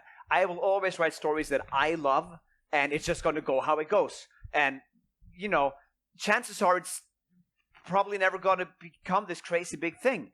But I think it can. Because I love my own work. I'm reading my own books. I'm like, how can this not go crazy? And it hasn't yet, and that's fine. I still need to learn my lessons about the market, and that's completely okay. But when I keep winning these prizes, I'm like, I just need to get my book in front of more people. I just need more people to read my stuff, and that's the hard part. That's where we're all fighting. Fair enough. But I get passionate about this. I think this is going to be great. I love it, and really, really appreciate you saying that. Seriously, thank you so much, because that's what I believe too. If you can see this fire, catch light in the author's eyes, then it's like, okay, they really love this. And I have been talking to a reviewer that I'm become really good friends with, and I told her, like, hey, I have a new book ready, and she read the prologue and the first chapter of my next book, my sci-fi book, and she came back saying about like, hey, when you're done with the arc, you send it to me. This story is spinning in my head. You send it. And but she's really sort of burned out for reading. And I said, when you get the time to read this, you're gonna love this. This is a great story. This is just crazy. And she said, honestly, it's so good to hear an author be passionate about their work, because so many, and I get this, so many authors are more like, hey, yeah, can you read my book? Yeah, it's sort of okay. It's okay. And I get that, because you're scared of judgments, and we all are. But it was so refreshing to just have an author go, my next sci-fi book is going to be so good. It's amazing. The characters, the story, it's just wild. It's explosion. It's new action. It's sort of like you have swords in space. How are you going to make that work? Well, you have superpowers that make people move really fast and can do all these things. And she really appreciated, this confidence. And I think this confidence is really just passion. So it's really good to hear you say the same thing. Yeah, and that also ties in with like you basically switching genres. I mean, it's kind of okay, you have the action part and things that like work specific to your first trilogy, but when you think about writing to market, and one of the other things that people often say is like, don't switch it up too much, like stick to your niche or whatever. And I think like you've done your trilogy, has done some success, as you say, like you would like to see it more, of course, but you even got some prizes, but like you're now just shifting to something else. I think that's also interesting. And how did that come upon? I mean, is sci-fi something that's been around your work and around the things that you consume for a while now, or is something that's just like recently came into your work? Yeah, it's a good question. I started writing this book maybe 4 years ago, but I think what I want to do is I want to create Star Wars, or I want to create for other people what Star Wars did to me when I was young. How old are you? 30. 30. Me too. So right, we're sort of the sequel trilogy. No, the prequel trilogy kids. Yeah, exactly. And I just remember when Darth Maul in Phantom Menace pops the. Yeah, right. You're nodding, right? Yeah, exactly. When the double lightsaber comes, my brain just melted. I was like, yeah. Right? You know what I'm talking about, right? For 100%. Yeah, and I was like, oh my god, that's so cool, right? That's just crazy. And I want to create that. I want to create that again. Star Wars was such a massive part of my childhood. I was outside with sticks, and I was playing either Lord of the Rings or Star Wars. And I want to create that, right? I want to make that feeling again, but it can't be Star Wars. It can't be lightsabers and anything, right? I want to make my own thing, but I want to create this feeling. So I think that's what made me move to sci-fi, is simply because I felt this huge inspiration. Even today when I watch Obi-Wan Kenobi fight Anakin in Revenge of the Sith, I get emotional. The movie has its faults, but I don't care. It's so... I get teary-eyed every time, even though the dialogue is stilted as all hell. The emotion that's there, oh my god. It's just so insane. And I wanted to create this, right? So I knew I wanted to have swords in space, but I can't have laser swords or light swords. That won't work. So I have regular blades, but now I need to justify that somehow. Why the hell would people use blades like swords in space when you have guns? Doesn't matter. I don't have laser guns, but guns. Okay, so I need to justify that. So now I have this gas on the backs of a certain, subset of humans who, when they breathe this gas, they get certain powers. And one of the powers is that you're sort of like the Flash. You're not the Flash because he can accelerate instantly, which is just too overpowered. It's just, or anytime they be on screen, it's like, why didn't they just kill everybody? But you have their mind can, so the book is called Spectre, and you have these few people who can draw powers from this gas are called Titans. And one of the type of Titans, the one who can move quickly, is called a Spectre. That's the name of the book. So when they inhale the gas, their mind accelerates a lot, so they can think way faster than we can. They're like a computer who can process things way, way faster. And you need to be able to do that if you're going to, see a bullet clearly coming towards you, and you're going to be able to swipe it out of the air and react that fast, right? Then you need to have this clarity of mind and this super speed. So that's how I could justify swords in space. You have these characters when they do that who will then fight. But then when they fight each other, right? Because you have this enemy species, this alien species called the Vanguard. They are also similar. They are like humanoids, but they have blue skin, white hair, and double thumbs. And they have some other. Their culture is very different, but they also have these kind of titans who are called specters. And when they fight each other, it blurs to our right. So it's sort of like Obi-Wan versus Anakin, but at 5 to 10 times the speed. So, and when I thought about this, I'm like, this is so cool. This is just so awesome. And I keep imagining this insane speed where we are barely able to comprehend it. But you get to be inside the head of one of these guys who's like moving super fast, and he has this insane precision where he knows exactly where to stab, and the blade will go exactly there and can see it a mile away. So that's sort of why I transitioned to sci-fi, because I had this awesome story I want to tell, and I really want to make people feel the way Star Wars made me feel, because it's one of the greatest franchises out there. Well, not today. It's really failing today. The new stories, I think, sucks ass, but okay, that's me.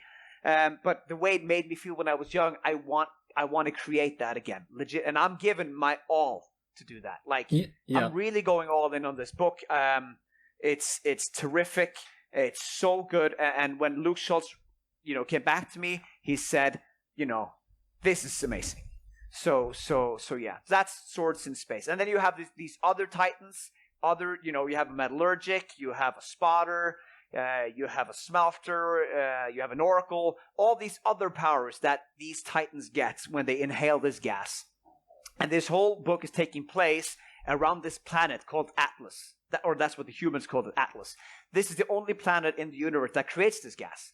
And so humanity owns 50% of it, and the Vanguard owns the other 50%. And they're battling for dominion, because whoever holds this planet rules the universe, because you're the only one who can use this gas.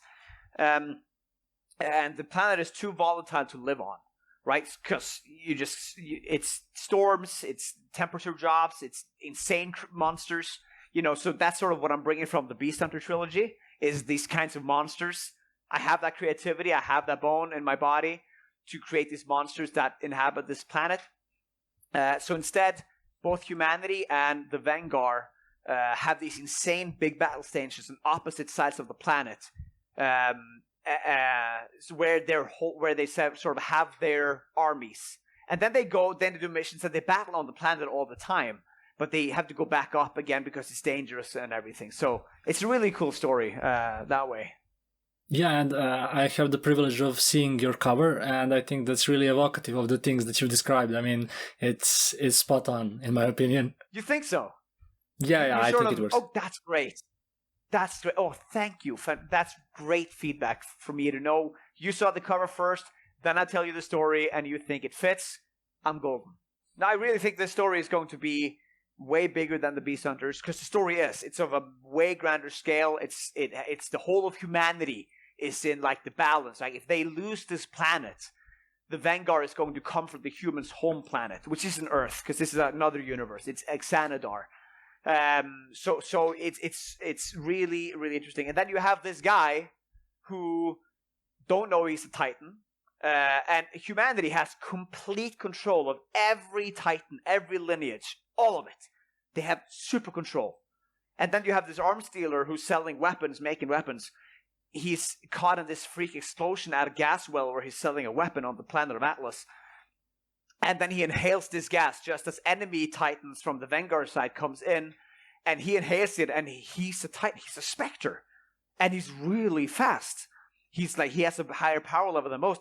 So the human Titans fend off these Vanguard Titans, and they're like, how the fuck are you a Titan? And they, kidnap him, and they go back and demand answers from their tyrannical sort of military organ that leads them. And like, how is he outside the system?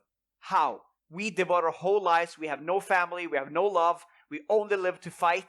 Who is this guy who's lived for 3 years? Free life. How? How is that possible? And then the story begins. He didn't know it was Titan. And suddenly the highest order, which is his organ, spins up these lies, which every other human believes. right? So everybody believes a lie about him. He is caught in this, like, how can I get out? How can I make people believe me? And he doesn't want to take on the responsibility of helping humanity. But he's so strong. Like, his power level is 9.9 out of 10, which is not normal for a Spectre because of hereditary reasons, which I'm not going to go into now, but it's a whole system, which is really cool. But he shouldn't exist, right? So he's sort of rocking the whole foundation of the Titan belief system with his existence. Yeah, and when I'm thinking about the things that you're describing, it almost has somewhat of an anime feel, like the battles and the power levels and things like that. I mean, like, for an adaptation, I think that would be spot on.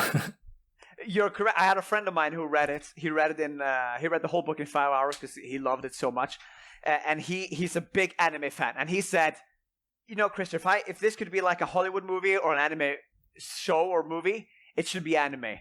Because, and he said the exact same thing, and I can envision that so well, with the powers and everything in the movie, it would fit an anime style so well. For sure. Yeah, absolutely agree. Yeah, and when we're on the subject of adaptations, I mean, it's a bit early for the next work, but like for the Beast Hunters, do you think that could happen in somewhat of a near or long future? And what would you like to see? Would you more see it like as a movie or as a limited series or longer series? What would you envision for that? So it's probably never going to happen. But if we play this game or we pretend that it might happen, because it is a great story, I don't know. Maybe it would make more movie sense to start from Ashbourn, like do book 2 and 3, or maybe it should be a series, a book, But the books are way too short to be a series, I think. So I think it would have to be maybe either it would have to be 3 movies, 1 movie for each book. But maybe book 1 is a bit too small, but maybe people would connect with that. I don't know.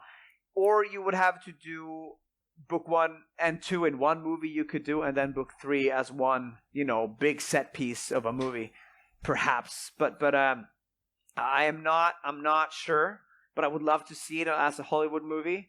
That would be great. I'm not sure it fits the anime style the same as this sci-fi book does, but I would way more love to see Spectre and the sci-fi book as a movie or anime. If I had to choose, simply because of its grand scale and characters, because you can really tell. I think you'll be able to tell that I have really grown as an author when it comes to this, because I'm really critical about my writing. I always want to find where my weaknesses are, and I have great friends who just tell me outright, like, you don't know how to write action, like that's your biggest crux. And I worked on it, and I worked so hard on it to make the Beast Hunters better on those sides. And like, how do I get away passive writing? I always want to know where my faults are so that I can be better, and I never think I'll reach my full potential, and that's fun. Because then I can always, if you told me like you have reached your pinnacle now, this is the top, I'd be like, well, that sucks. I want to become better. I want to be able to write compelling stories, and I think you can really tell, with Spectre. But yeah, no, I don't know. For movies, I think it would be coolest for me if we had 3 movies, 1 for each book. And imagine the cliffhanger on movie number 2 then. Yeah. That would be crazy. Yeah. Yeah, but I can imagine if they managed to stretch out The Hobbit into a trilogy, I think that your books could work. Good point. Yeah, you could probably make a 20 episode per season show of the Beast Hunters, from the small pocket books. No problem. Yeah, if it hits big, you can... If they talk to me, I would easily, help them create episodes, create more, build the world up more. I'm so much more experienced now than when I wrote the book. I wrote it 6 years ago, and I could make it such a, way bigger book than it is today. And I have some things that I'm not satisfied with the first book that I wouldn't write today. But that's the growth. That's the story. I think I want to have it like this so that, that's how I did it. And it deserves whatever rating it gets. And if you liked it and you keep reading, you're going to see my growth. And I think it's sort of the journey. It's sort of with Brandon Sanderson. If you read his first book, Elantris, you can see how much better he's gotten. And that's fun. I think readers will like that human side to you. Yeah, exactly, and I think that that's also great that you can assess that in a way like you're excited about your stories, you value them, and a lot of people seem to like them, but you do see the side of improving and the things that aren't perfect, and I think like that's a good balance to see like this is fun and great, and I really love it, and also there's space to improve. I think that's like the winning combination. I agree, because I think if you finish a book and be like, this is perfect, and no one ever dare tell me otherwise, I think you're missing your whole improvement, right? I had some authors. So one of the faults of book one is that when Topper is hanged or hung, Kendrick just sort of withholds the information that he's not actually dead. And I did that because I wanted it to be like a reveal when I had this image in my head when he comes back. It's like, whoa. But it doesn't make much sense. Kendrick would tell her to remove the pain that she's feeling from losing one of her mentors. And if I wrote it today, I would change that.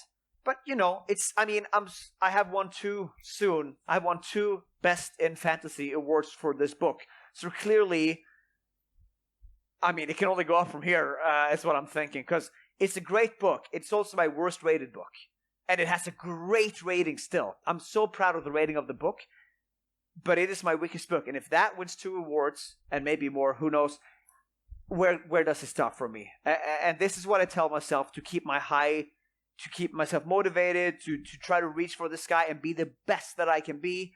I will never just be like, yeah, I don't have to have the best writing. I'm like, it's going to be the best writing that I can do all the time.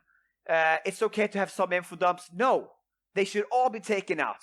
You should eliminate all of them for the sake of the reader. That's what you owe to your reader, because they trust when they pick up your book. It's a huge privilege. It's a massive privilege. They pick it up, and now you have your chance to entertain them, and you owe it to them to do your best. And I will do that. I will always do that. I hope, at least where I am now in my life, I'm really on. I will try to remove every piece of bad writing. I will try to have no info dumps. And this is going to bite me in the ass when people point out my info dumps. Fine, but that's great, because then I didn't know that was an info dump, and then I can learn and be better for the next book. So that's sort of what it's all about. It's about this chase, to always be better. And who knows, if I do achieve success, maybe that will come back and haunt me. I have no idea. Maybe, you always want to make it better. I need to learn, to be more humble. But where I am now, I'm certainly not famous. So I think I need to keep the chase up. It gives me meaning in life. It gives me, the power to wake up in the morning, do my job, come home, and then keep writing, because I really love this.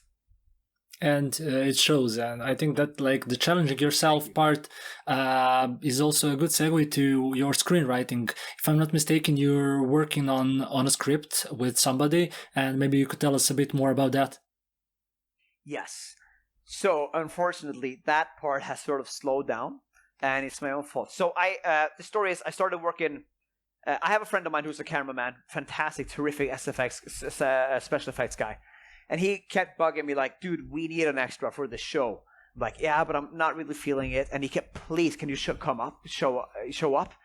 And I told myself, well, maybe there's an opportunity there for something, because I have been an actor. Maybe there's an opportunity for something. Probably not, but maybe. So I go. And I really connect with the producer and maker of the show. And then my friend, who's read all my books, and he's maybe my biggest fan, he tells the producer, like, hey, that small, short guy over there? He has amazing stories. Really? Yeah. And we start talking. And then I call him up. I get his number. I just call him up and like, hey, dude, I write stories. Maybe we can make something together. And then we started doing that. And he's a terrific guy to work with. His name is Bjørn Eivind Årskog. Fantastic guy. And he really, really helps the community in Norway with making movies. Our movie sort of put on a halt for other reasons. Some trouble in his life. I think he's going through some stuff. He's okay, but so we're just, and he's so bugged on other projects that we're sort of halt on that. But I got to know someone, the consultant who approves scripts for this organization in my region of the country. Because me and Bjørn Eivind, we sent in our script, and she sort of butchered it. She was like, this is not up to standards at all.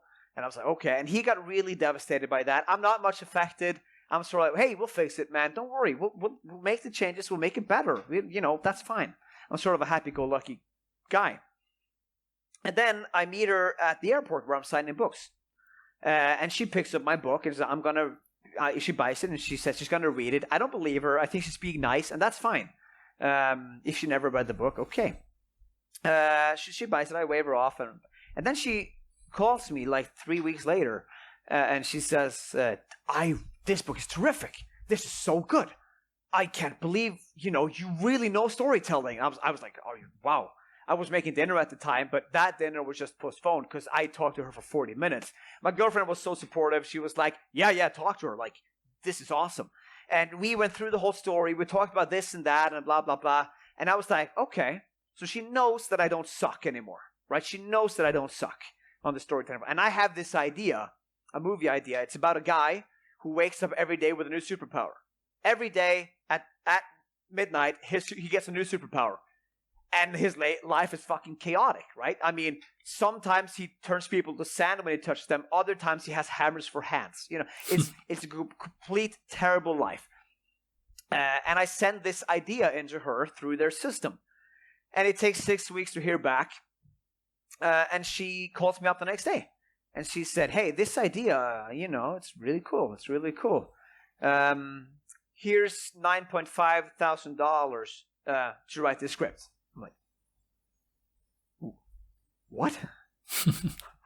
What? Are you really? Yeah, it's awesome. Write this script. So it's really tough. But she said, but you have to accept getting help with the script from this greatest script writing guy in Norway. He wrote a series called, I don't know what it's called in English, The Battle for the Heavy Water. Kampen om tungtvannet is what it's called. It's about the Second World War, how, we sabotaged the Nazis trying to get the heavy water to build their nuclear bomb. And it's the most watched show in Norway, I think. And she's like, you have to accept help from him. I'm like, are you kidding? That's insane. Of course. Let's do it. And he is terrific. He is absolutely amazing. So I got help from him on the script, and we really made it better. So I am now in the process of writing it. But man, writing a script is hard. Dude, it is way harder than writing a book. And now I'll probably have other be like, no, it isn't. It's just as hard. It's like, no, it isn't. Listen, writing a movie is way harder. Writing a movie script, it just is. You have time constraints. Every scene has to push both plot and character and setting. And the bad guy has to do so much. You can do no telling, which you shouldn't do, but everything, I've gotten so good at showing and not telling from writing scripts because you're not allowed to do any of it. And then I got really, really inspired and wanted to get Spectre out. So right now, the script is just waiting for me to pick it back up and continue working on it. But I haven't for some time, and I hope she doesn't see this because then she'll know. But hey, I'll deserve whatever comes, from that. So it's a great story. I have the whole story lined out in like a 5-page document. Right now, I'm planning all the scenes, and I hit a point where it gets really hard, which is the point where the mentor is starting to teach the Padawan, sort of, and I don't really know where to go right now. I know where to go later in the story, but I don't know how to make this part cool, and I sort of gave up too quickly and worked on Spectre instead. So I need to pick that up at some point. I don't know when. We'll see. So for now, the whole script writing is sort of dead. But I love storytelling, and I want to try to get into this medium as well because it's cool. Imagine if this story would be like a Norwegian classic on a new take on superhero movies, which is sort of dying. So I think this is a new way of looking at it. It's sort of like Shazam, but more sinister or more, a little bit more dire. So yeah, I still want to do it. I don't know when. That's the honest answer.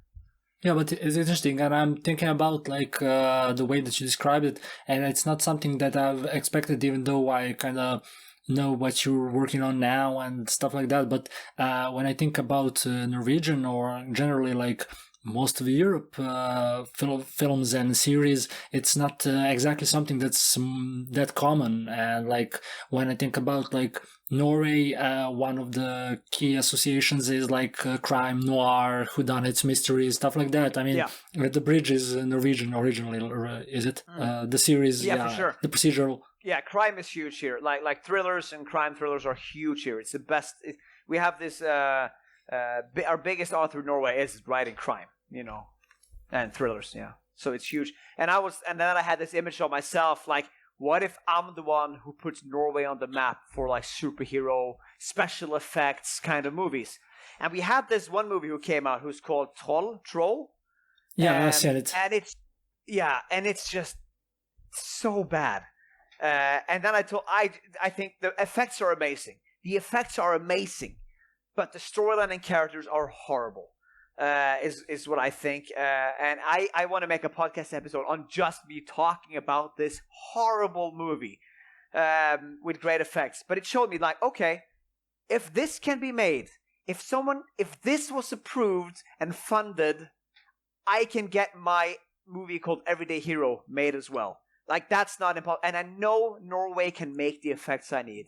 That's sort of what that movie gave me. It's like, it gave me the courage to press on and the certainty that we can make the special effects that I need, because it's going to be a special effects heavy movie. But that movie sucks ass. God damn. What do you think? Yeah, I was under the same impression. I didn't think it exactly was like the worst thing, but I think that's kind of a derivative thing, and it's like you can tell that they wanted to create something that's more appealing to like a US market, and that I could really tell that. But I did think it was really stunning visually. I mean, for the budget, and like generally European films don't have that kinds of budget for special effects or stuff like that. So it was really interesting, and it was interesting to see like them going in a more like fantastical direction, like some things that are more genre oriented. And I was thinking about, like, is it like, are the budgets only the only reason that a lot of European filmmakers and TV makers decide not to go with something so outlandish, so to say? I mean, like, crime stuff is probably more budget friendly, but yeah, but I think that's like, I don't think that's the only reason they are not making some more different stuff like the one that you're writing right now. Yeah, I think it's way harder to get these manuscripts through, because when you mentioned like the insane SFX you need, like the special effects, I think so many more people would be like, no, we're not going to give you the money for that. We're not going to give you the budget for that, and that's fine. That's their choice. But I think that's probably why it's happening for sure, because it's way less costly to make these thrills, and it's still costly to make them, right? I mean, it still is expensive. And I think you're right, because I really felt like Troll was trying really hard to be Transformers, the first Transformers movie. With the air, you could see it in many shots with the helicopter flying around just at the way they did in Transformers. And it had tried to have all these awesome effects with the tanks and the trolls and everything. But it just lacked the story, it lacked character. I mean, think about this. You have this scene where this group of soldiers are setting up these UV lights they need to kill the troll with. And this main character calls saying, I have the troll on its way. You need to be ready. He goes, I need 15 minutes. She goes, you have 10. He goes, okay, thank you. Then they hang up. And he goes to his soldiers, like, okay, people, gather around. Speech. I have this long speech, blah, blah, blah. And he wastes so much fucking time. And I cannot believe that made it to production. That's just, oh my God, it's baffling how stupid that is. It's, you have less time than you thought. Okay, let me waste this time on, ugh. And there's so many of these things in there. I wish they hired me, who's a no name in this script world in Norway still, and I think I could improve that script 100 times. Yeah, and I think that, like, also when you think about, like, you said Transformers, but for me, like, those monster movies like Godzilla, and more recently, like the Meg, I think there's a lot of issue. I don't know if it's like it's a budget thing, but we need to, like, let's say, sequence the things that need a bunch of effects so it's being cheaper. But like, I can imagine that being the case, but you can make the movie shorter. And I recently saw the Meg 2, and I don't expect like high art from that, but the key thing is, like, they did a bunch of soldier stuff and story bits that are like so drawn out, and I'm like, okay, I know you can't just animate things for 2 hours, and that would be also boring. Like, you need to have some pace, but the most of the movie is just like almost generic like Mission Impossible or like Jason Bourne thing, which is just like in the background there are huge sharks and ocean monsters, but the most of the movie is like we are just talking and then we're storming in with the guns and then talking some more. And I was like, you don't know the appeal of your movie. I mean, the stories, I can imagine it went through a lot of edits, but come on. I've heard the same criticism about the Meg too. It's like, well, there are barely any sharks in the movie. And I think, if you need to hit this balance, which Michael Bay hits with Transformers 1 really well. He has a lot.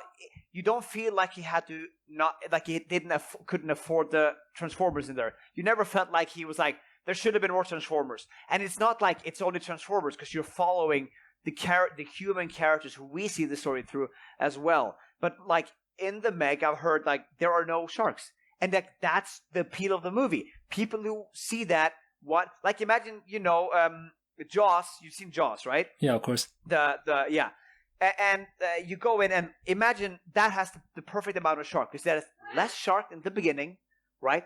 First half movie is less shark, but it's there all the time. And second half is a lot of shark. Something like there are way more shark there, and you want to deliver on this promise. But imagine if Jaws had barely any shark in it. And in the final scenes on the boat, you only see the top fin, except for one shot where it goes up and grabs the guy. It's like, but I came to see a shark. But it's also a different appeal, like Jaws is building tension, so you can understand that it's like a bit less shark at some points, but like these movies are more focused around like here's the thing, and like we're mostly watching it for the spectacle of it, and like Jaws is more of a like almost like a horror movie, and you want to build up attention. Good point. And the scary thing about a shark is when you don't see it. It's way more scary if someone says there's a shark around you, but you can't see it, than someone says there's a shark around you. It's there. Both are really terrifying, but when you don't see it, it's way more scary. And I think you're exactly right. These kind of movies, like the first Godzilla movie, not the first, but the first one that came out in the new era, if that's a good way of saying it, delivers on this spectacle. And that's really what they should do.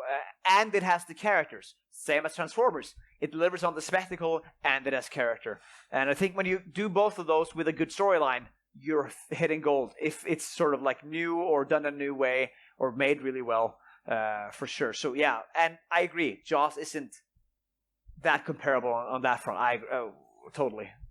Yeah, and I'd just like to get back to the writing of both books. As you said, one of your most famous authors is writing crime and like noir, mysteries, whodunits. And what do you think, why is that? I mean, there's a huge reputation for whole of Scandinavia that a lot of authors of that particular genre are prominent there. What's like the inside scoop? Why do you think the people gravitate towards that? Wow, that's a really good question. I know that crime and thriller is the most viewed. I mean, that's the most shows that we have that do the best are always about thriller and crime and stuff, and we're really banking on this. But I think it emerged. I think that's where we had the greatest writer first.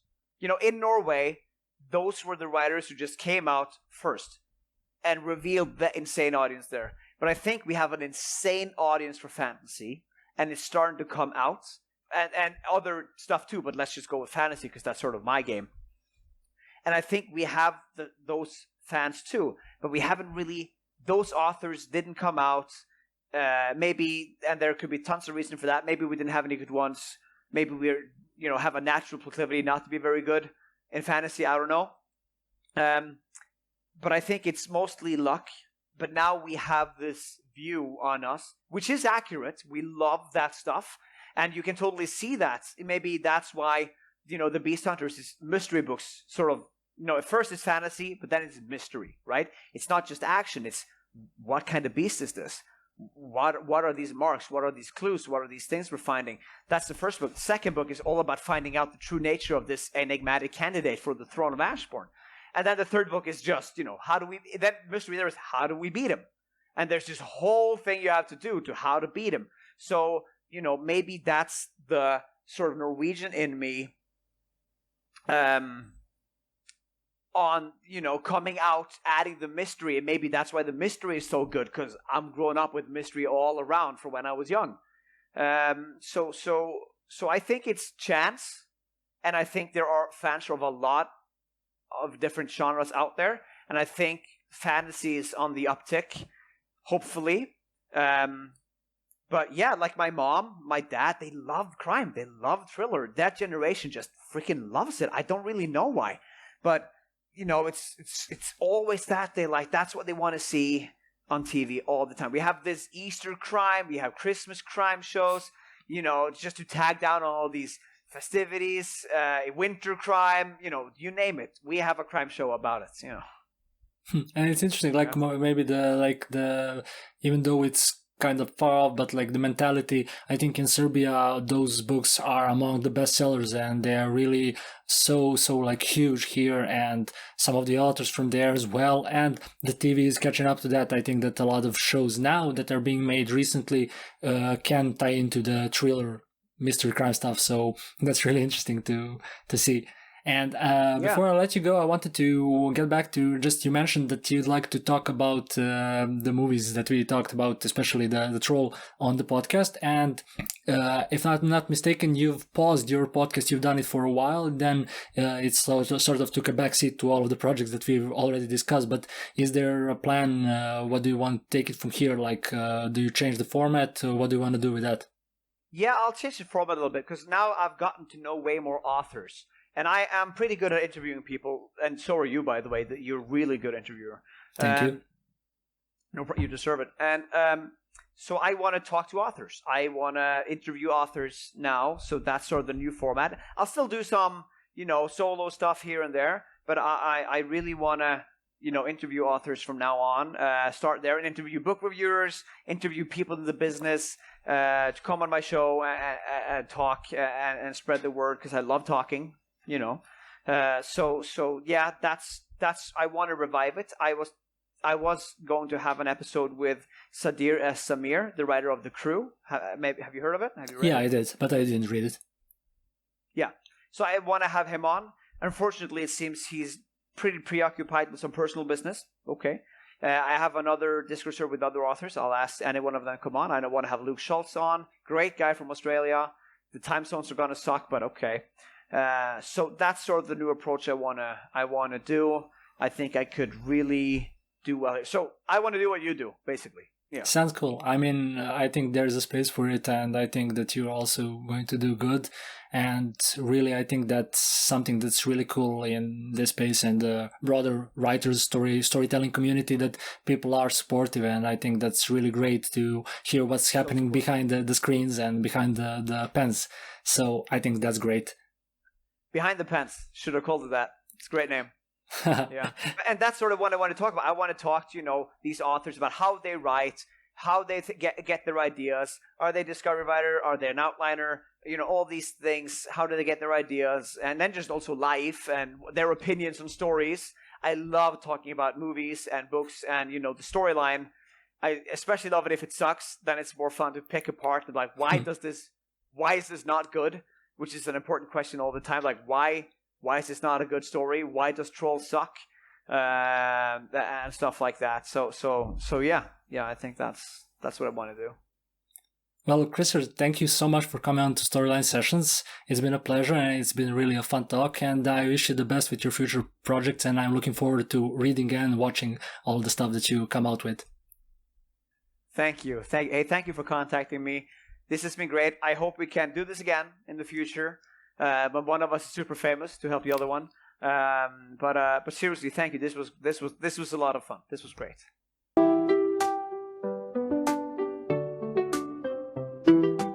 Thank you for tuning into another episode of Storyline Sessions. I hope you've enjoyed the conversation. You can find Christer on Instagram and his author website. I'll put the links in the description, as well as the links to all of the stuff we've discussed in this episode. If you're interested in creative writing and storytelling of any shape or form, keep following Storyline Sessions, both here and on Instagram. There's a new episode coming every Thursday. This podcast is recorded using Riverside FM. It's a tool that I highly recommend, and if you want to try it out for yourself, there's a link in the description, which helps me with a small commission without any additional cost to you. My name is Marko Bogdanovic, and I'll see you next week. Keep creating stories.